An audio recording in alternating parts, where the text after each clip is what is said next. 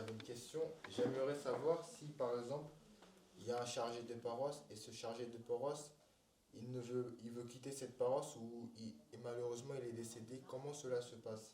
Qui devient chargé de paroisse à sa place? Les chargés de paroisse, normalement, sont affectés sur les paroisses. Mais quitter une paroisse de son gré, ça s'est passé. Dans les temps passés, il y a eu des phénomènes du genre. C'était des fidèles qui poussaient les chargés de paroisse à quitter.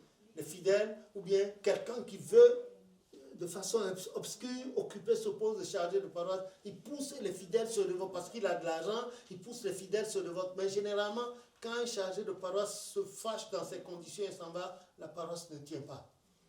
Parce que lui, il n'est pas parti là-bas de son gré, c'est Dieu qui l'a envoyé. Et ce que Dieu a établi, personne ne peut renverser. Celui qui le ferait, ce serait à ses risques et périls, et dans cette vie, et dans la vie à venir. Que Dieu nous épargne ça. Bon, maintenant, s'il arrivait qu'un chargé de paroisse meurt, ce qui est très rare, c'est rare. Il y a eu des cas, par exemple, Baba, chez Biola, d'une de nos paroisses de Grande-Bretagne, a rendu il y a 3 mois, est mort.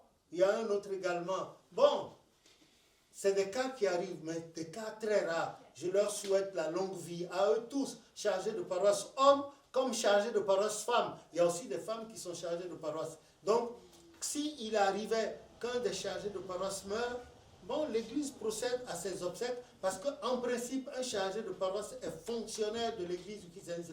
C'est un ouvrier, il est payé par l'Église du Christ-Céleste et il ne porte pas de chaussures, il est pieds nus. Voilà, il est sacrificateur, c'est cela. Voilà, l'Église procède à ses obsèques, l'Église fait tout et l'Église va procéder à son remplacement. Mais s'il se fâche et qu'il partait, ce n'est pas bon. Nous n'avons pas le droit de juger le chargé de paroisse. Les fidèles n'ont pas de... Si le chargé de paroisse a fait des erreurs et qu'on lui reproche, s'il a l'Esprit de Dieu sur lui et qu'il le reconnaît, il demande publiquement pardon, pourquoi pas? L'humilité précède la gloire, a dit Proverbe 15, dernier verset. Que le nom de l'Éternel soit béni. Voilà, donc c'est ça. Sinon, les chargés de paroisse dans l'Église, normalement, la paroisse ne leur appartient pas. La paroisse est un bien de l'Église du christianisme céleste mondial. Et on les affecte. Maintenant, il y a des gens qui construisent, qui achètent le terrain, construisent la paroisse selon leur vision de l'Église, et ils restent là 2 ou 3 ans, on les affecte ailleurs, on amène d'autres là. Maintenant, certains ont été affectés de leur propre paroisse, et ils ont vu que celui qu'on a affecté sur leur paroisse là, n'entretient pas la paroisse spirituellement. Hein? Ils vont se plaindre au siège de l'église et on les ramène là parce qu'ils ont pris leur argent pour construire les papiers, acheter le terrain, construire la paroisse au nom de l'église et ils ont dirigé la paroisse pendant un certain nombre d'années et ça marchait bien. Comment on les affecte ailleurs? On affecte celui-là ailleurs, celui qu'on a amené là, détruit la paroisse, il ne va pas accepter. Quand même, nous sommes des humains avant d'être au service de Dieu. Que le nom de l'Éternel soit béni. Voilà. Je suis Richard Bayavalsok. Je suis divancier dans la paroisse Julienne. Je voudrais poser une question à papa. Et cette question, je voudrais savoir qu'est-ce qu'il pense, ou bien qu'est-ce qu'il peut dire pour des frères qui sont dans des paroisses, vu le développement des médias en ce jour, où on a pas mal d'informations sur l'Église, de par les efforts que les uns et les autres font, et toutes les vidéos qu'on peut rencontrer sur YouTube et dans d'autres médias. Donc on a pas mal d'informations. Que peut faire un simple fidèle qui est dans une paroisse, peut-être éloigné dans une des contrées dans le monde, parce que l'Église est dans le monde entier, et qui sait maintenant que voilà ce que Dieu a donné à Papa Choufa. Par exemple, en ce qui concerne le rituel, en ce qui concerne l'habillement et autres, il connaît la vérité et il veut l'appliquer. Mais il n'a pas de parole, il n'a pas d'autorité dans la paroisse. Comment est-ce que celui-là, qu'est-ce que Papa peut dire à ce type de personnes qui sont dans un milieu où ils ne peuvent rien dire pour que les choses changent, mais qui veulent s'accrocher à ce que Papa Ochofa a enseigné.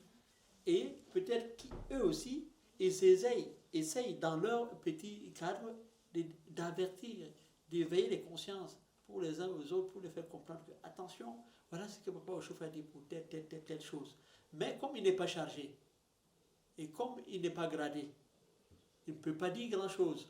Mais lui veut continuer à faire croître sa foi et à marcher dans les fondamentaux que Papa Ochofa nous a laissés. Qu'est-ce que Papa dit pour ce type de personne? Ah, votre question, elle est bien belle, mon devancier. Baiha Baya Lisog Richard. Sa question est bien belle et bienvenue. Mais pour répondre à tout, il faut des heures. Il faudra des heures. Mais avec l'aide de Dieu, je vais essayer, l'anglais dit to summarize, je vais essayer de résumer ce que vous avez dit tout à l'heure, qu'il y a des frères, des sœurs qui ont véritablement envie de voir l'église du christianisme céleste selon que l'Esprit l'a enseigné à Papa Ochofa. Et à travers les médias, ils s'informent, ils voient qu'ils s'informent très bien, ils recueillent des informations, ils achètent des livres, mais ils voient que sur la paroisse où ils adorent, ce n'est pas ça. Écoutez, aucune organisation humaine n'est parfaite. Quelle que soit la bonté de cœur de celui-là là, ou de celle-là, les gens qui viennent, il faut voir ce qui va se passer. Quand celui qui a initié un mouvement quitte, c'est difficile que le mouvement reste sans tanguer. Or, Papa Ochofa, pendant 38 ans, Dieu lui a donné pour l'église du christianisme céleste. Notamment en 1965, quand il a été gravement malade, les gens disent 67. C'est une erreur. En 67, c'était Papa Yansounou qui était malade. En 65, c'était Papa Ochofa. Et l'histoire est là avec les chants. Et d'abord, il y a certains des chants qu'il a reçus dans le temps là pour faire les actions de grâce après son état de maladie, comme Ézéchiel là. J'ai mis ça dans le livre de chants. C'est Papa Ochofa qui a été malade en 1965, tandis que Papa Yansounou en 1967. Il a été malade et tout le monde savait que, et il a donné même des instructions à Papa Yansounou déjà, comment il va diriger l'église jusqu'à l'avènement du successeur. Et Dieu merci, l'Éternel l'a rehaussé, lui a donné encore 20 ans de vie. De 65 à 85, il y a 20 ans, que le nom de l'Éternel. D'autres disent qu'il n'a pas fini. Non. L'Éternel n'est pas un homme pour mentir. Il a dit comment, nombre 20 et quel, 22. Il n'est pas un homme pour mentir. Ce qu'il a dit, il le fait toujours. Nous avons tous les détails. Alors, Dieu merci, Papa Ochofa a expliqué, il a dit non, qu'il manquait encore certains détails pour l'église. Voilà pourquoi Dieu l'a gardé en vie. Et il est resté. Et le détail, c'est la suite de l'église au Nigeria. Parce qu'on a vu, il y a eu un réaménagement dans le rituel. L'église a évolué selon Dieu lui-même, selon son esprit. Le réaménagement qu'il y a eu dans l'église au Nigeria, dans les 9 dernières années de la vie sacerdotale de Papa Ochofa, il ne c'est pas lui qui les a dictés à l'église, non. Il a toujours dit qu'il n'était qu'un charpentier et que l'Éternel est venu le tirer de derrière le bois d'ébène ou bien le mahogany, tout ça, le timba, l'iroko, tout ça. Que lui, il ne sait pas. Ce que Dieu lui dit, son chef lui dit de faire, c'est ce qu'il fait. Et Dieu le bénit. Voilà. Et c'est ce qu'il a fait. Bon. Ceux-là, là, ça leur fait mal qu'ils n'aient pas vu Papa Ochofa, qu'ils n'aient pas connu l'église au temps de Papa Ochofa, parce qu'ils ont fait des recherches jusqu'à... Et Dieu leur a satisfait leur curiosité en leur disant qui Papa Ochofa était sur le plan spirituel. Hein? Ils étaient heureux. Bon, ils vont sur les paroisses. Après que Papa Ochofa soit parti de la terre physiquement, les gens ont changé. Ils ont changé les trucs. Et les changements persistent jusqu'à ce jour. Les changements persistants, même dans l'église, dans les grades, même dans le rituel, beaucoup de choses ont changé. Et on ne veut plus même écouter ceux qui étaient déjà même là. On ne veut pas les écouter. À partir de ce moment, ceux-là, ils ne disent rien. Ils vont à l'église, non pas à cause des chargés de paroisse. Ils vont à l'église parce que Dieu a dit, dans Deutéronome 12 à partir du verset 11, c'est là, il y aura un lieu où résidera le nom de ton Dieu, c'est là où tu feras, c'est là où tu feras. Et ils vont à l'église parce que Deutéronome 12 verset 11 a dit ça. Mais quand ils finissent, s'ils sont membres de la jeunesse, ils jouent leur rôle correctement et consciencieusement, ils jouent et ils se retirent. Ils ne se mêlent pas aux pagailles, les trucs torpillés, critiques, calomnies, ils ne se mêlent pas à ça. Et le Christ a dit aux apôtres, allez dans quelque ville que vous entreriez, si vous êtes acceptés, donnez votre pain à cette maison. Si on ne vous accepte pas, eh bien secouez la poussière de vos pieds et partez. Vous n'aurez pas fait le tour de la ville que le salut viendra. Voilà, ces gens-là, ils vont tomber quelque part un jour où il y aura de l'à peu près, ils vont voir qu'il y a, ces gens ici-là, c'est des gens qui veulent suivre les traces de Papa Ochofa, et leurs âmes se délecteront de bons repas spirituels. Voilà, c'est cela. Il y en a plein, hein? Il y en a plein. L'un des devanciers qu'on a eu il y a 4 jours, mais je vous assure, il me regardait comme ça. Même moi-même, j'étais étonné. Dieu merci, il n'y a pas d'orgueil en moi. Il me regardait, il disait, comment? Que lui, il est baptisé depuis 42 ans, et c'est maintenant là que Dieu lui permet de découvrir la vérité. Ça là, il va suivre. Sa femme aussi va suivre. Autour d'eux, ils vont faire connaître. Et tout le monde, ils vont obliger les gens à se documenter. Mais c'est ça. Il y a un temps pour toutes choses. Quand l'heure de l'éternel Dieu sonne, Tchokonachaka, ce que Dieu a dit, c'est ce qui va se passer. Et nous qui avons eu cette chance-là d'avoir côtoyé d'une certaine manière Papa Ochofa, parce que selon le plan de Dieu qui nous garde en vie aujourd'hui pour qu'on rende le témoignage, nous aussi, nous devons nous armer surtout d'humilité. L'humilité.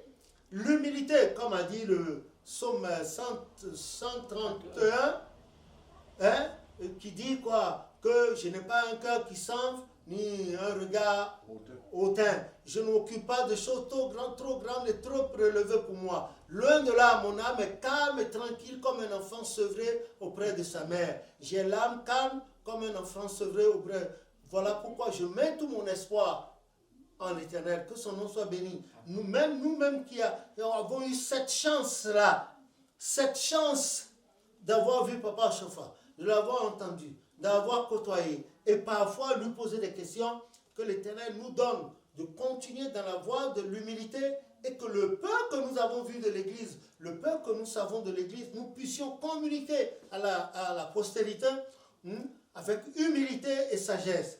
Parce que, comme a dit le Proverbe 15, dernier verset là, dit que l'humilité précède la gloire. Que cela soit fait ainsi. C'est dommage, ça aussi, c'est une manière à ces fidèles-là de porter leur croix. Comme le Christ a porté sa croix, eux aussi, ils n'ont qu'à porter leur croix et persister dans la voie de la vérité. Je crois qu'ils finiront par se réjouir. Voilà ce que j'avais à dire pour votre... Je ne sais pas si vous êtes satisfait. Oui, je suis satisfait. Que le nom de l'Éternel soit béni. Amen. Voilà. Donc, s'il n'y a pas d'autres questions, je crois que je vais arrêter. Et je remercie le Seigneur, le caméraman. Je remercie les intervenants.